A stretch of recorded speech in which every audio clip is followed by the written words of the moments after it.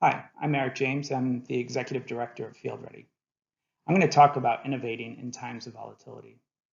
I'm going to start by sharing a quick framework for helping you and your teams think and implement innovative ideas. And then I'm going to present three quick vignettes about how we've done that at Field Ready. The Inspire Innovation Framework is first presented in Chapter 9 of Managing Humanitarian Innovation. It's really about organizing yourself and your team to innovate new ideas and implement them successfully. It's about planning and preparing and being open to things like experimentation and failure, and really executing on those ideas so that they can really make an impact in people's lives. So I have a separate presentation available on that in the websites you see there, and also on Field Ready website. So I encourage you to have a look at those. But let me present the three quick stories that I'd like. I'm going to take you back a few years to the earthquakes that happened in Nepal. And they were absolutely devastating for the country. 3.5 million people were made homeless. Around 9,000 people were killed, and roughly $10 billion worth of damage was caused. This really set the country back, and they're still dealing with the ramifications of that.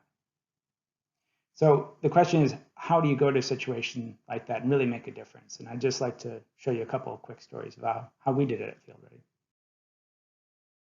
The first story starts off in a displaced persons camp. And in that situation, people need everything from shelter and food to health and water and sanitation. And our team found a number of those issues. In fact, they found leaky pipes everywhere, and you see an example there on the left of the screen. And this meant that people got less water than they deserved, but also it opened up the risk for contamination. And so our team, in less than half a day, fashioned in the field the blue piece that you see there, and that stopped the leakage. And they went back several months and found that it was still working. And what did they make? They made it right there in the field. And so from problem identification to implementation was a very short period of time, and it had a real impact for the people in that place. The second story is one probably many of you are familiar with, and that's cooking stoves and all the smoke that they put out leads to acute respiratory infections, particularly for children under 5, has an environmental impact. So we got to always look for better ways to address this problem.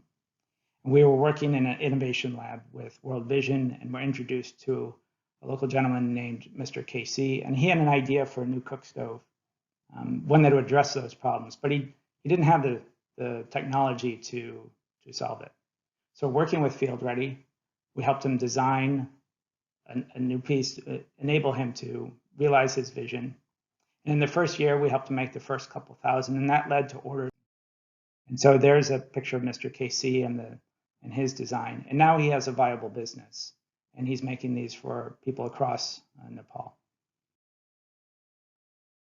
And then this third quick story actually starts off in Syria, where bombing campaigns put civilian lives at risk, and in particular, search and rescue teams had real trouble rescuing people out of situations that like you see here. They didn't have the equipment they needed to pull people out of rubble like that. So this was a real innovation challenge for us.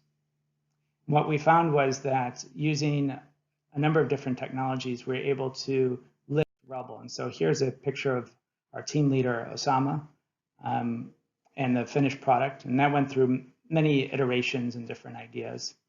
And what results is an airbag using compressed air. It's able to lift tons of rubble like you see there on the right of your screen.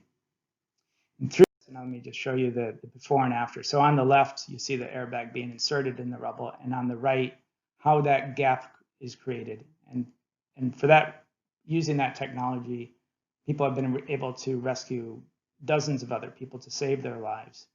Now, what's unique about that is that it's highly cost effective. It's completely made locally. And we've been able to replicate that in Nepal, where, again, people are ready for the next earthquake should it happen. So we've been able to find that this way of working, this localized network distributed manufacturing, doesn't just work in these couple examples, of course. It works across all different sectors. And that's just what Field Ready is doing around the world today, with hundreds of different designs, with many different partners, and in all these different sectors and more. So the impact of this is really significant.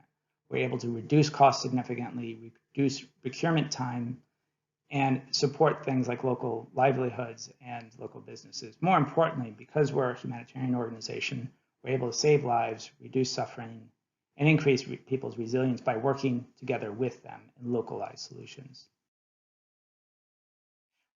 At Field Ready, we love to partner with people and be in touch, so please don't hesitate to reach out if this resonates with you. And thank you for your time. I hope you found it useful.